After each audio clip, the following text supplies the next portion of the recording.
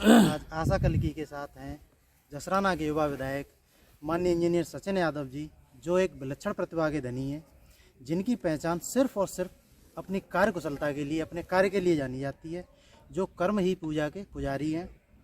आपके पास एक सबसे अच्छी, सबसे बड़ी बात यह है कि आज भी आप अपने गांव पेड़त में रहते हैं, जो कि विधानसभा का केंद्र है। क्योंकि आज तक जितने भी विधायक हुए उनमें स्वर्गीय श्री बी.डी. वर्मा जी एवं स्वर्गीय श्री रघुनाथ वर्मा जी को छोड़कर जीतने के बाद आप अपना आवास शुकावत में बनाते रहे हैं। वहीं हमारे विधायक जी आज भी अपने गांव में रहते हैं। इसके साथ जुड़ते हैं विधायक जी से कि सर, आशा कल्की के बारे में आप क्या कहना चाहेंगे? मुझे पता चला, वैसे देखिए हम लोग डिस्कस भी कर रहे थे कि जो ईमानदार पत्रकार हैं उनको सोशल मीडिया पे, यूट्यूब चैनल्स पे आना चाहिए।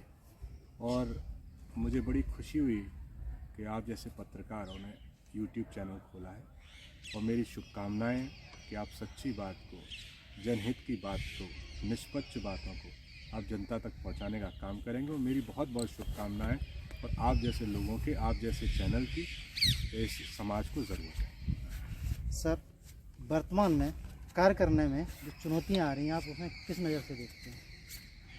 देखिए, जो सरकार है वो सरकार का काम करने का ढंग, जनता के लिए वादे तो बहुत करती है, लेकिन वादे निभाने का ढंग नहीं।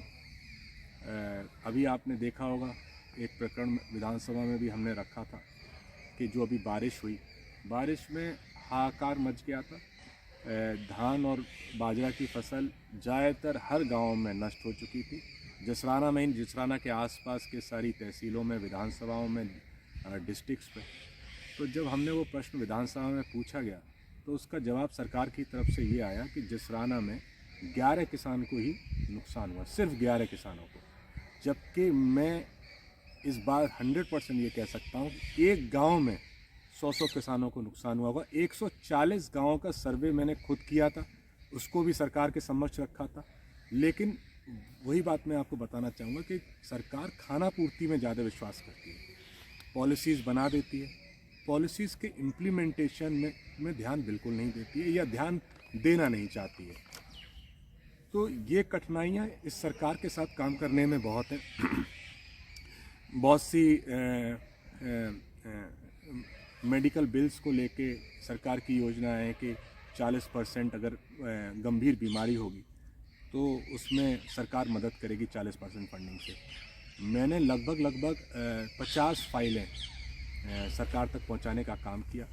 उसमें से 4 या 5 फाइलों को छोड़ के जिस पे सरकार ने पैसा सेंक्शन किया, बाकी सारी फाइलें, जबकि रिपोर्ट उसमें बिल्कुल ठीक लगी हुई हैं, और तो भी उस पर सेंक्शन अमाउंट ज़ीरो आ रहा है।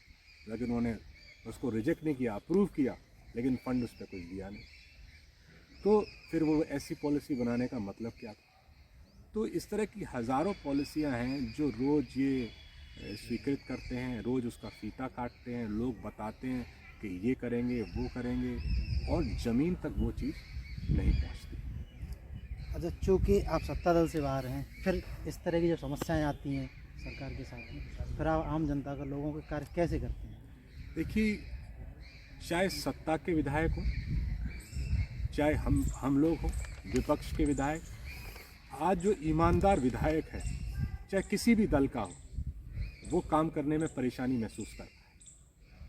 मैं आपको इस बात का वादा करूँ, मेरी सारे लोगों से बात होती है, सब लोगों को परेशानी है काम करने में। जो लोग जनहित का काम करना चाहते हैं, जनता का काम करना चाहते हैं, उनके सामने चैलेंजेस आ रहे हैं, चाहे वो किसी भी दल का विधायक हो। मैं कह रहा हूँ, भाजपा के विधायकों को भी दिक्कतें आ रही हैं। हम लोग संघर्ष करते हैं, सरकार से मिलते हैं, मंत्रियों से, आदरणीय मंत्रियों से मिलते हैं, विभाग के प्रमुख सचिव से मिलते हैं, और अधिकारियों से भी मिलते हैं। हम लोग रिटन में भी अपनी बात रखते हैं, ओरली भी अपनी बात रखते हैं, विधानसभा में भी अपनी बात रखते हैं। तो हर तरह से सरकार तक अपनी बात पहुंचाने का काम कर रहे हैं, और कोशिश कर रहे हैं कि ज़्यादा से ज़्यादा काम हो।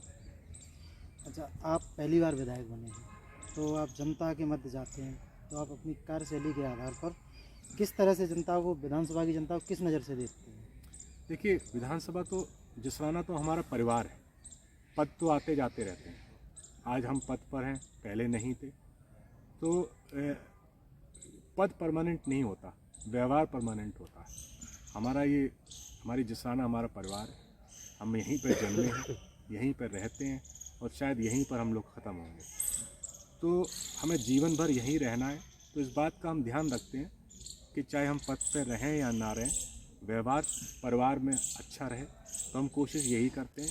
लोगों ने मेरा भरपूर साथ दिया है, मुझे आशीर्वाद दिया है, मुझे सहयोग किया है। और आज जो कुछ भी बनाया है जिसराना के लोगों ने बनाया है। तो मेरा दायित्व बनता है कि उनके साथ उनकी हर परेशानी में खड़े रहें, और वही मैं करने की कोशिश करता हूँ। अच्छा, अब एक अंतिम सवाल है आपसे कि आप आगामी जो निकाय चुनाव आ रहे हैं उसमें आप समाजवादी पार्टी को कहाँ पाते हैं, किस स्तर से देखिए, हम निकाय चुनाव में मजबूत हैं और मुझे विश्वास है कि जिसराना की सारी जो नगर पंचायत की चेयरमैनी की जो सीट्स हैं उस पर समाजवादी पार्टी के उम्मीदवार जीतेंगे।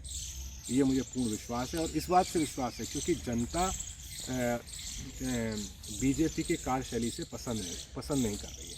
आपने देखा मैनपुरी में कितने भारी मतों से आदरणीय डिम्पल जी को जनता ने जिताया, जबकि प्रशासन ने पूरी अपनी ताकत लगा ली वोट रोकने की, खतौली में जिताया।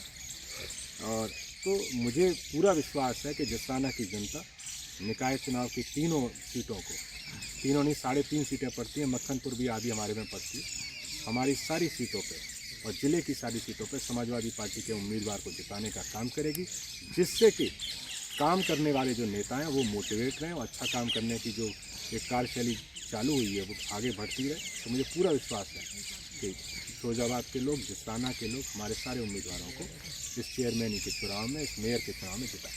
ऐसी कोई आशा जो कल आप पूरी करना चाहें?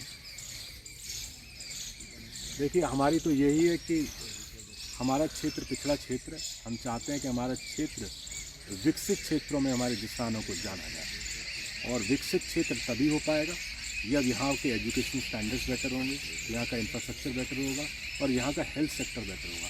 हम तीनों में पिछड़ रहे हैं। हमारी रोड्स टूटी हुई हैं, हमारे पास हॉस्पिटल्स नाम के लिए कोई जगह ना प्राइवेट है ना गवर्नमेंट का कोई बड़े हॉस्पिटल्स है। एजुकेशन में भी हम पिछड़ रहे हैं, तीनों क्षेत्रों में पिछड़ रहे हैं। और तीनों क्षेत्रों में जब तक हमारा जिसराना आगे नहीं बढ़ेगा तब तक हम लोग विकसित जिसराना में नहीं पहुंच पाएंगे। और मेरा बस यही प्रयास है कि जिसराना को विकसित क्षेत्र में, विकसित तहसील में पहुंचाने का, एक डेवलप्ड तहसील बनाने का काम हो, यही मेरा सपना है। धन्यवाद, बहुत बहुत धन्यवाद विधायक जी।